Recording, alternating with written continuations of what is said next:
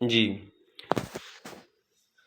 तो operant conditioning के बानी बीएफ स्किनर की थ्योरी वो क्या कहते हैं?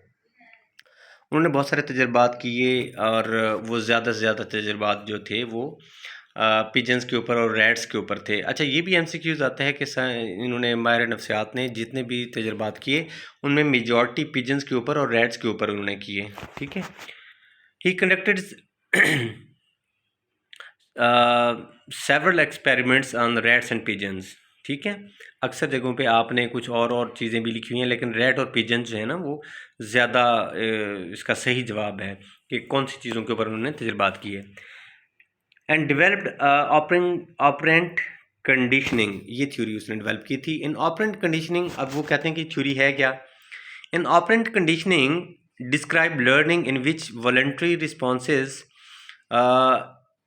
इन स्ट्रेंथन आर वीकेंड।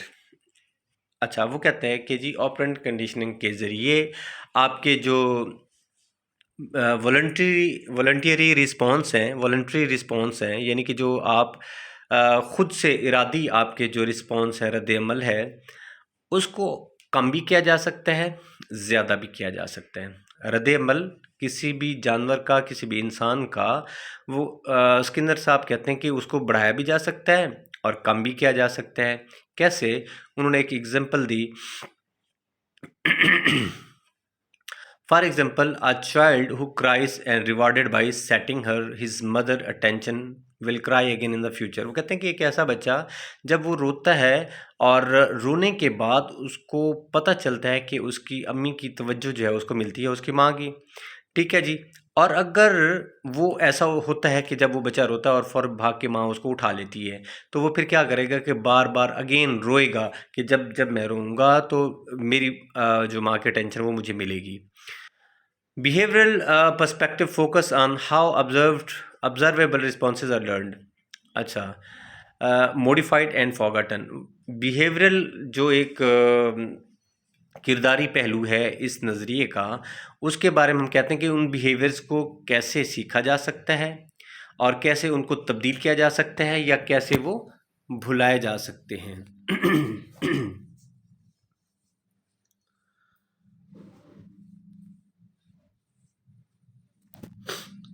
अच्छा, ठीक हो गई जी बात।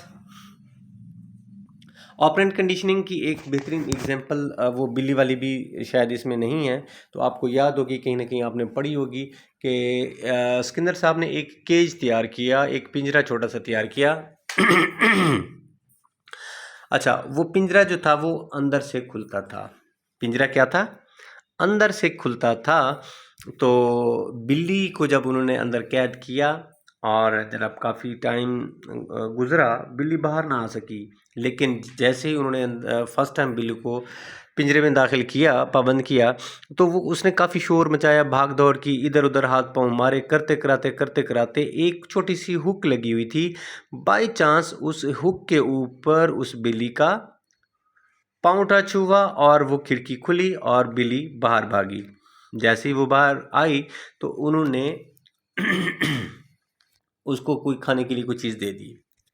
अच्छा, अब दूसरी दफ़ा जब बिल्ली को उस पिंजरे में बंद किया गया तो बिल्ली ने उतना शोर नहीं किया, उतने भागम भाग नहीं की। उसको पता था कि यहाँ से कोई बाहर जाने का रास्ता ज़रूर है और उसने बाकी साइड को छोड़ के जिस साइड पे उसका आखिरी दफ़ा हाथ टच हुआ था, वहाँ पे हाथ पाँव मारने शुरू कर दिए। पहले तो वो उसको पता नहीं था कि वो सोच समझ के हाथ पाँव नहीं मार रही थी इस नियत से कि शायद दरवाज़ा खुल जाए, लेकिन अब उसको यकीन था कि अब दरवाज़ा खुल जाएगा, छोटी सी खिड़की खुल जाएगी। तो अब उस जगह पे हाथ पाँव मारने से ना काफ़ी देर बाद वो आखिरकार वो खिड़की खुल गई, हुक पे उसका पाँव लगा। फिर जैसे ही बाहर आई तो उसको उसने खुराक दी। फिर इस तरह बार बार जब इसको दोहराया तो एक वक्त ऐसा आया कि जैसे वो बिल्ली को पिंजरे में बंद करता था, बिल्ली जो है वो 2-4 सेकंड में ऐसे ही हाथ मार के तो फ़ौरन बाहर आ जाती थी।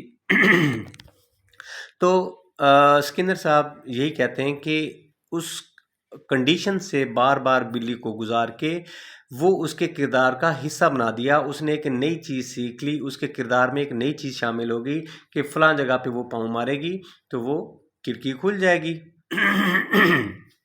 ठीक है। तो ये जानवरों को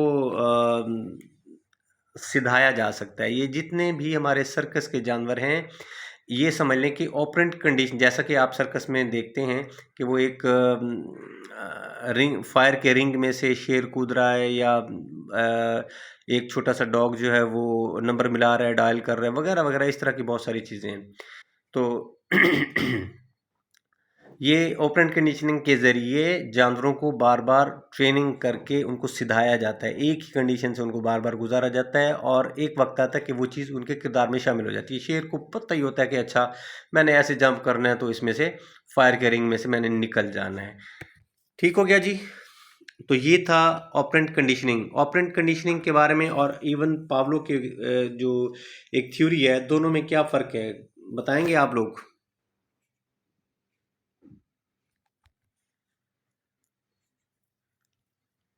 हेलो। जी सर। दोनों का फ़र्क समझ आ गया? दोनों ही बिहेवियरिज्म के पैरोकार हैं। बिहेवियर को इन्होंने स्टडी किया, ठीक है।